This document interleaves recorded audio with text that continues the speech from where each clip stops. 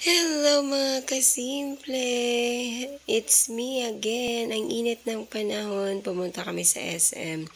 Gusto namin maghalo-halo sana sa Mang Inasal. Kaso, punong-puno na naman ang Mang Inasal kaya napunta kami dito sa Bonchon. At ito nga, matry ang kanilang bingsu. Yan. Parang halo-halo din siya pero parang ice cream. So, tingnan natin kung ano ang lasa nito kaya. So, strawberry flavor.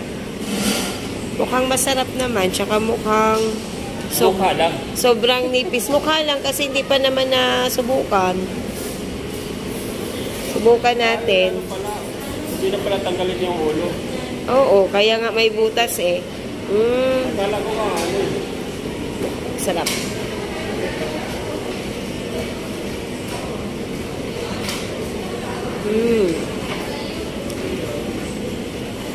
Ang lamig, malamang.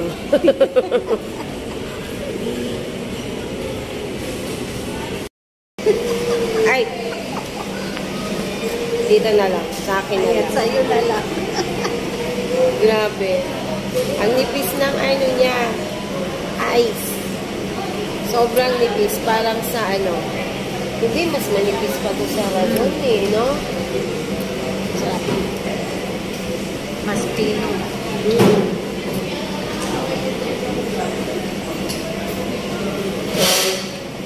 Ay, masarap siya. Yung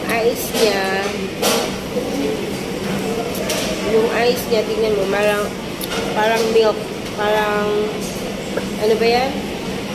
Powdered milk, no? Kaya milky piso. Kaya siguro hindi sila gagawa pag hindi ano kasi matutunaw siguro. Kasi sobrang pino no.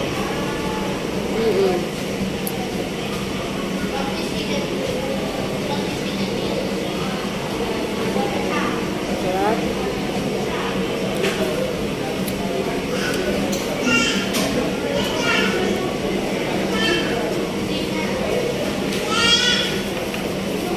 Dito ka ng kabila.